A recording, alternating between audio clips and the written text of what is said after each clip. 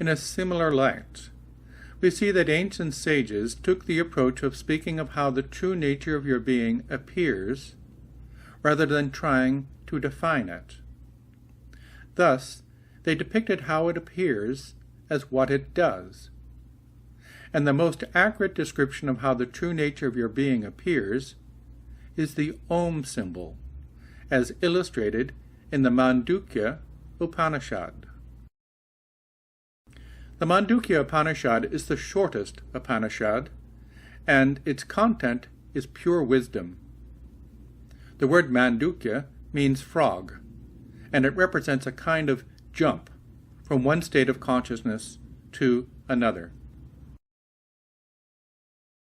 The Om symbol is composed of a background and 4 progressive degrees of manifestation, objectification, and a crescent that represents the veiling power of superimposition as follows.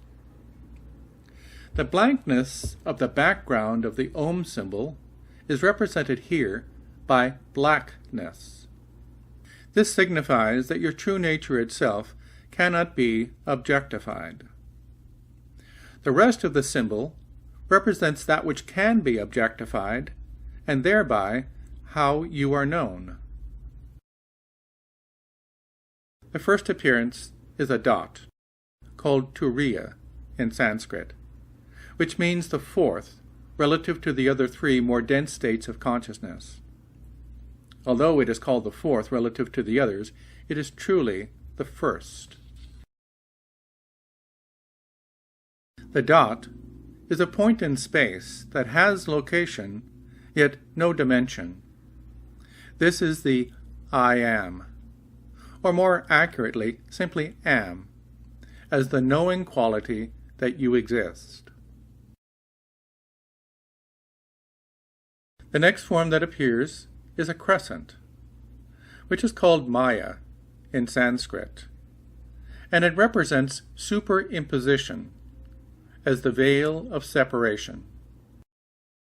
This superimposition solidifies via the densest degree of manifestation, and, as will be shown later, it is the reason behind the mistaken conclusion that you are separate.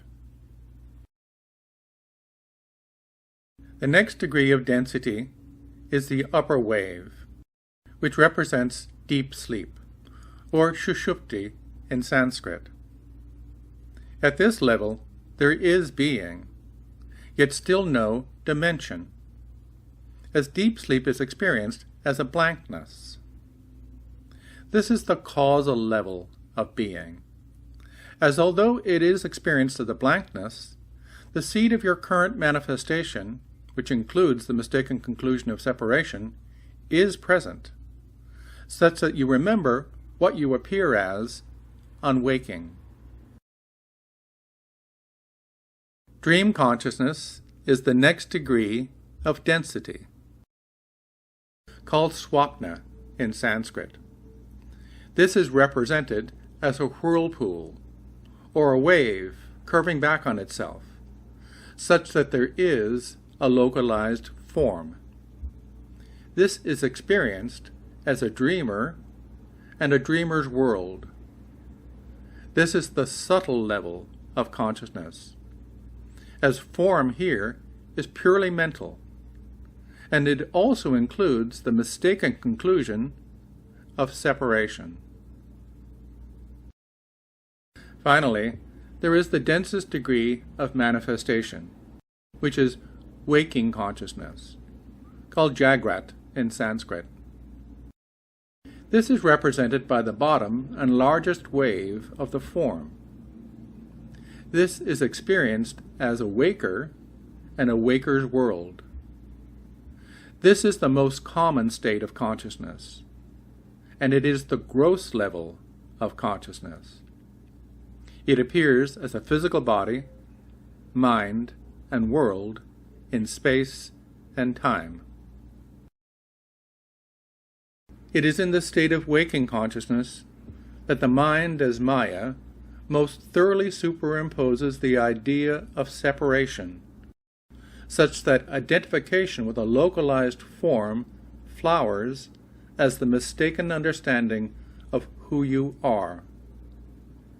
In this way, the ideas of me and not me fully solidify at this level, and the experience of identification as a limited, localized form is strongly supported, as it is the fundamental belief of most human beings.